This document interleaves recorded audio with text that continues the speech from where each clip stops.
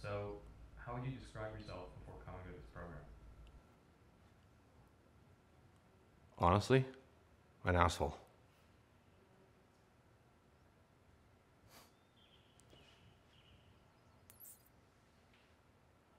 I didn't like it. I didn't want to be an asshole anymore.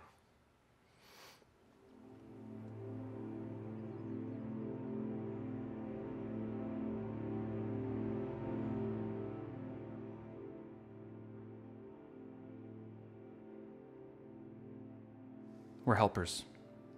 We're fixers. We're running into burning buildings when people are running out.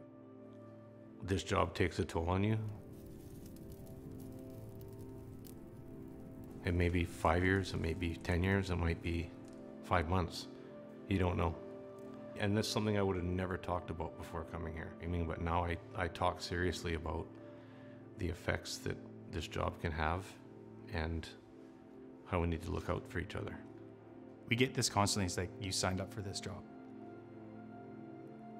I didn't sign up for the amount of shit we see. The expectations were not laid out like that. It was like, you're gonna have fun, you're gonna work a team, you're gonna put out fires. Fires are cool. You have to be stoic when you walk into a fire. But what we've learned is that it's hard to leave the stoicism behind. As a civilian society, it's like we've outsourced contact with a lot of trauma to a group of individuals who are in uniform. And then, having done that, we become oblivious as to the danger of the world that's just on the other side of that line. It began in 2015, and we had 2 back-to-back suicides, 7 weeks apart. And then that was followed by another couple of suicides, and that shook us to our core. The people in the firefighting world said we need to do something. We are desperate. We need help to do something different with regard to the culture of firefighting.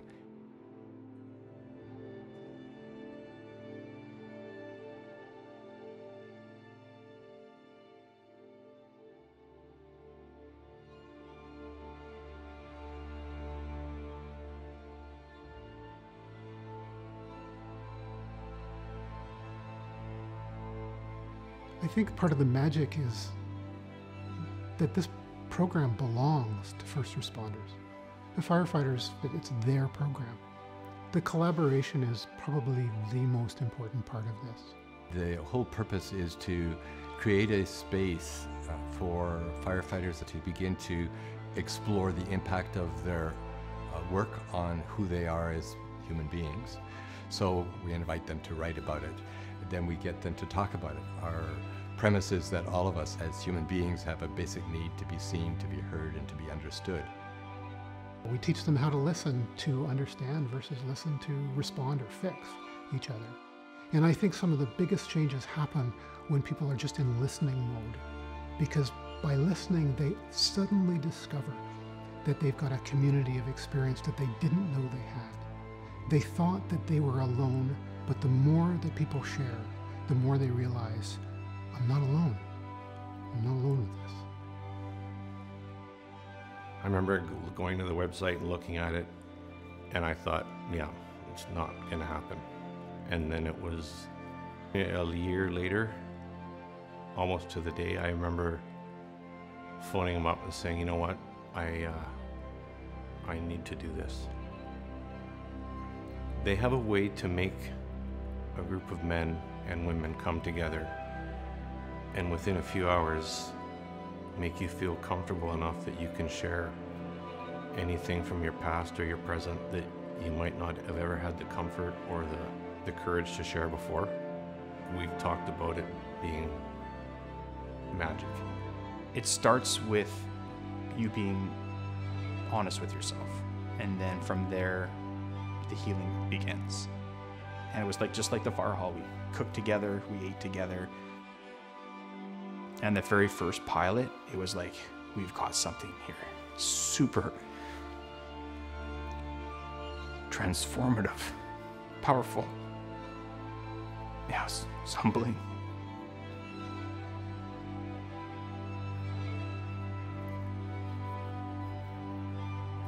We don't talk very often about vulnerability as a key aspect of leadership.